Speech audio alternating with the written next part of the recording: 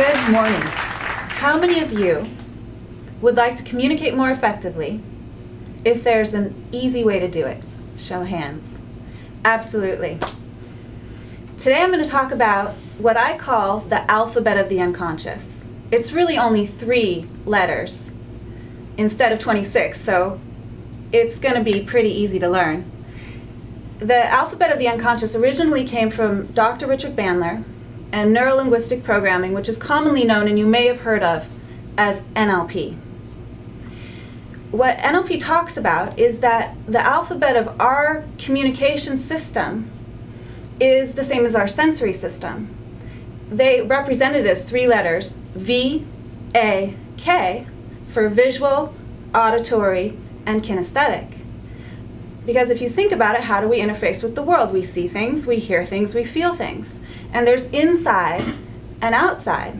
So while you see me talking right now outside, inside, in your mind's eye, you can see the last place you were on vacation. You can see how clean your kitchen is. Anywhere in the world, you can go inside your mind's eye at the same time you're seeing external. Auditory, you can hear my voice. You can hear whatever sounds are in the room. At the same time, you can hear your own internal dialogue. You can hear any song that you can remember the notes to. Feeling, K, the 3rd letter. Right now you can feel your feet on the floor if you're standing, or the surface of your chair as you're sitting. You can also feel whatever sensations are going on inside your body.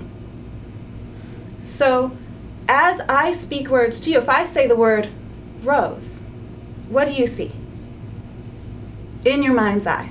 A rose. What color is it? Red. Red. Now what's interesting, what did you see first? I saw rose petals.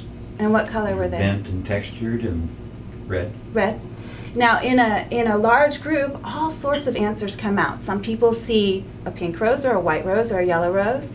One person whose wife has a florist, a floral company, saw the piles of red roses that he sorts through every February for Valentine's Day. So our experience, even with a simple object, creates an image in the mind's eye that may or may not be exactly what you intended with your words. Obviously, that's why I would say a single red rose, and then the picture would be the same. Now take a phrase like, the cat jumped into a tree. What color is the cat that you see? Black. And is it a big cat or a little cat? It's a large cat. Is it being chased or is it just running? Being chased. Okay, and how about you? What color was the cat that you saw in your mind's eye? Gray. Gray, and was it a big cat or a little cat? Big cat. And was it being chased or just running up the tree? It was fuzzy and it ran up the tree. Okay, so a simple phrase can come out a lot of different ways, and that's dealing with objects in the world. If I have a table in front of me, we can all look at the table and touch the table and measure the table. There's agreed on dimensions. Whereas if I say a word like vacation, which is a noun, it's not a thing, it's an experience. And your vacation, your ideal vacation, may be different than your husband's ideal vacation. May be very different than your son's ideal vacation.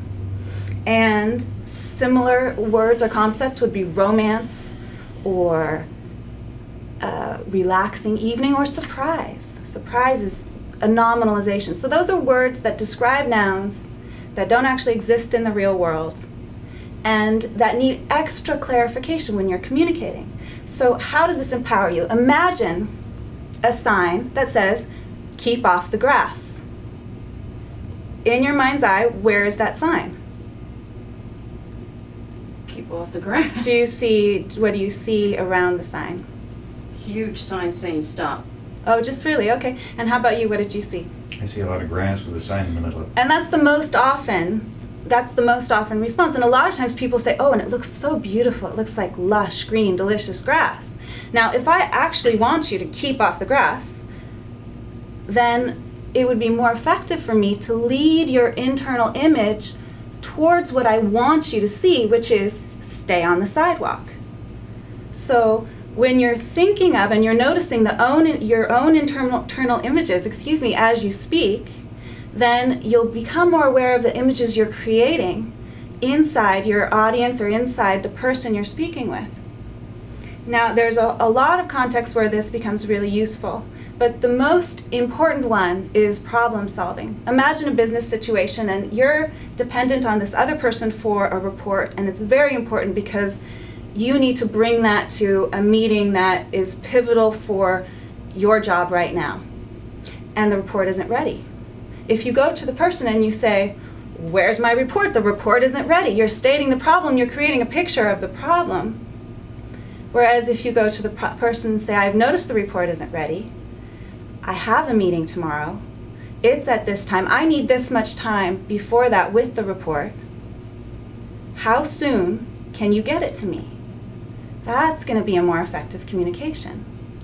So the extra element of this multidimensional communication, or the alphabet of the unconscious, is the feeling. So you hear the words, you make a picture.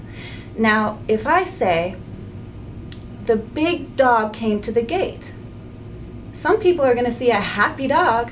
Some people are immediately going to go into fear because they're afraid of dogs. That depends on their own personal experience.